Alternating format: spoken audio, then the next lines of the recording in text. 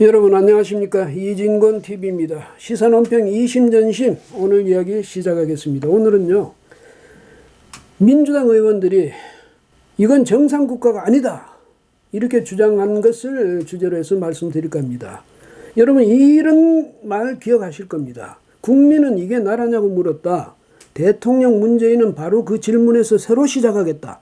오늘부터 나라를 나라답게 만드는 대통령이 되겠다. 구시대의 잘못된 관행과 과감히 결별하겠다. 대통령부터 새로워지겠다. 문재인 대통령이 취임사에서 한 말이죠. 그런데 더불어민주당 의원들이요, 우리나라를 정상국가가 아니다 이렇게 말하고 있네요.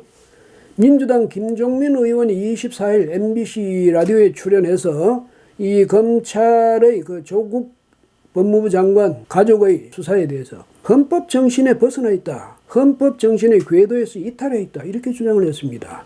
김 의원은 과잉 금지가 헌법의 대원칙이라면서 지금 검찰이 그 한계를 벗어나 있다는 것이죠. 그렇게 말하고 있습니다. 역시 민주당 소속인 민병두 국회 정무위원회 위원장은 23일 페이스북에서 11시간 압수수색 정상국가 아니다 이렇게 주장했네요. 민주당은 이건 아예 우리나라를 정상국가가 아니다 이걸 혹은 비정상국가 이렇게 캐치프레이즈를 만들어서 내걸 심산인 모양입니다. 그런데요, 문 대통령 임기가 지금 절반에 가까워지지 않았습니까? 그렇죠? 그럼 언제 나라다운 나라 만드는 겁니까?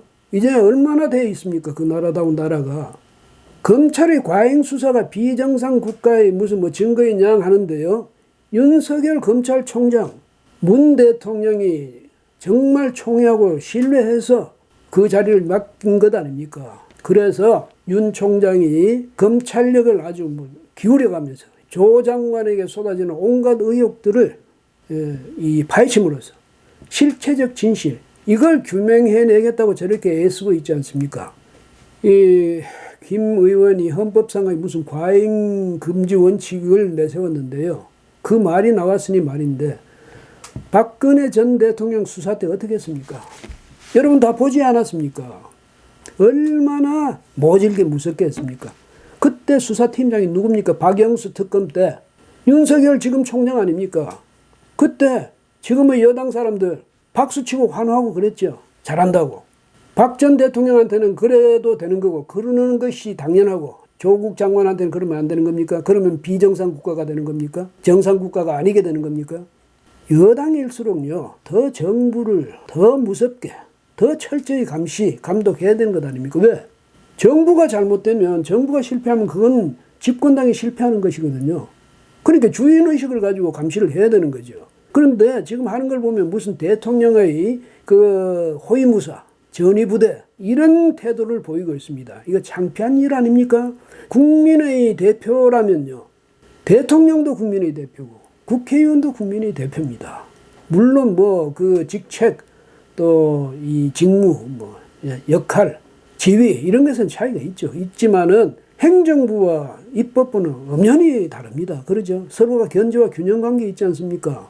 국민 대표로서 창피하지 않습니까? 헌법 정신은 또 왜 들먹입니까?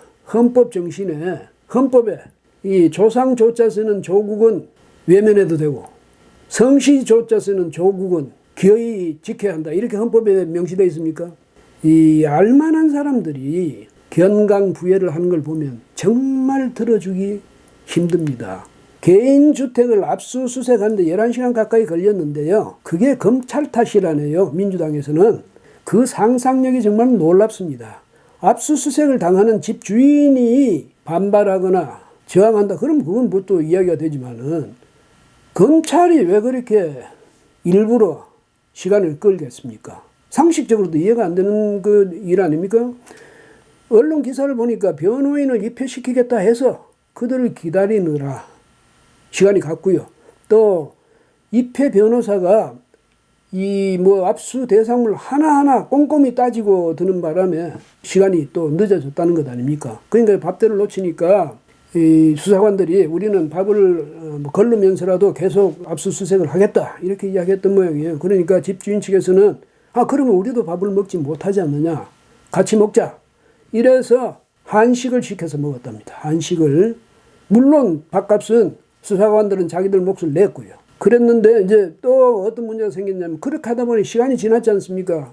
그리고 일일이 따지니까 압수수색 영장 이걸 고쳐야 될 필요가 또 생긴 거죠. 그래서 2차례나 또 발부를 받았답니다. 시간이 늦어지는 건 당연하죠. 김 의원, 민 의원 두 사람 모두 수사관들이 짜장면을 시켜 먹었다. 그러면서 시간을 끌고 집주인에게 모멸감, 모욕감을 안겼다. 이런 주장을 했습니다. 짜장면 안 먹었다는데요. 한식 먹었다지 않습니까? 그런데 마치 자기들 두 눈으로 본 것처럼 이렇게 이야기를 했습니다. 그런데 어쨌든 국회의원이 수사관들 가서 일하고 밥 먹는 것까지 터집 잡습니까? 일하는 사람 밥도 먹지 말고 일해야 되는 겁니까? 더 황당한 건요. 더불어민주당이 검찰을 피의사실 공표죄로 고발하겠다는 겁니다. 지금 윽박지르고 있죠. 겁을 주고 있는 겁니다. 근데 유감스럽게도 피의사실 공표죄 이거는 뭐 사실상 사문화되어 있기 때문에 그동안에도 여기에 적용을 받아서 유죄 판결을 받은 경우는 한 번도 없었답니다.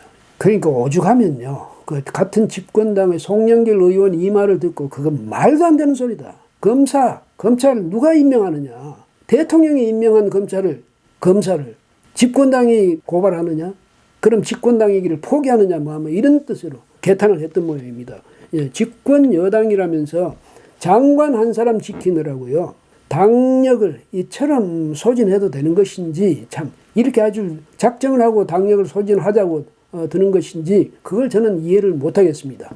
조국 한 사람 살리고 내년 총선에서 모두가 장렬히 전사하기로 각오를 세웠습니까?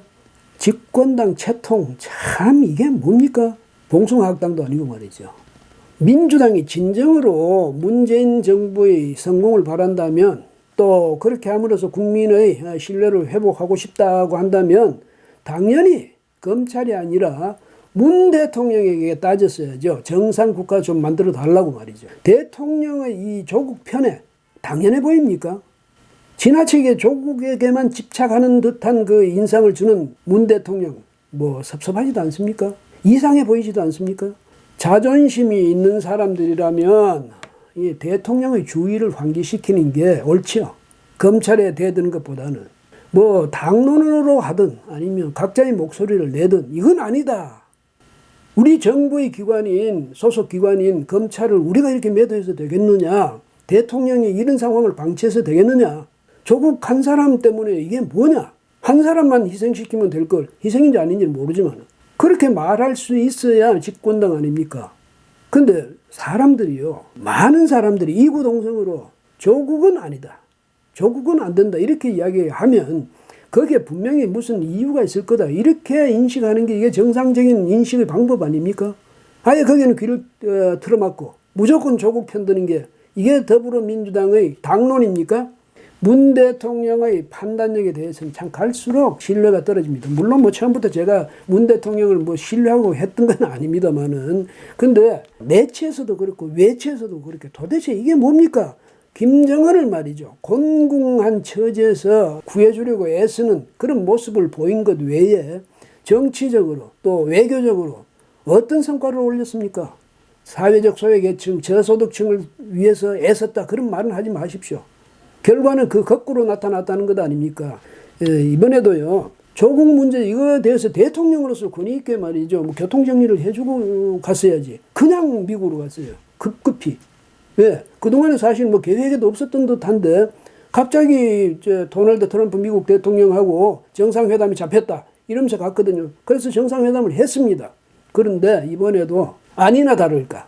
또 도널드 트럼프 대통령의 1인 쇼에 또 들러리 서는 격이 되고 말았답니다. 언론 보도가요. 왜? 트럼프 대통령이 기자들의 질문에 대답하느라고 옆에 문재인 대통령은 그냥 멀거니 앉아서 지켜보는 그런 처지로 만들었다네요. 트럼프 본래 스타일이 그렇죠. 17가지 질문이 나오는데 혼자 도맡아 다 질문하고 그중에 하나는 문재인 대통령에게 물었는데도 자기가 도맡아 대답을 했다는 것 아닙니까? 그러니까 옆에 사람이 없다는 식으로. 그리고 이제 이번에는 그 문 대통령이 지난 10년간 또 앞으로 향후 3년간의 그 무기 도입 실적과 계획 이것을 상세히 설명을 한 모양입니다. 지금 방위비 분담금 이게 이제 협상이 시작되지 않았습니까? 아마 이거하고 관련해서 우리 측에서 최대한의 성의를 보인다 이런 뜻이었던 것 같은데 그게요.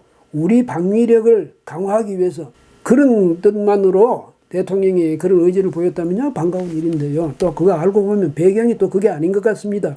22년까지 전작권을 이제 회수할 그런 작정으로 있으니까 그거 맞춰서 그 회수를 좀 원활히 무난히 하기 위해서 미국에 반대급부를 주는 게 아니냐 이런 시각도 있습니다. 제가 생각할 때도 그런 것 같아요. 그 왜 전작권 환수에 그렇게 안달을 하는지 그건 저는 모르겠습니다만 그거 결코 반길 일이 아닙니다. 이거 알아야 돼요. 어쨌든 문 대통령의 지금 이 뭐 리더십 스타일 참 갈수록 이해하기 어렵습니다. 예. 그래도 뭐 어떻게 하겠습니까? 좀 더 지켜봐야 되는데 앞으로는요. 그냥 지켜봐서는 안 되죠. 할 말은 하고 저항할 때는 하고 소리를 지를 때는 질러야 됩니다. 예. 오늘은 여기까지 하겠습니다. 고맙습니다.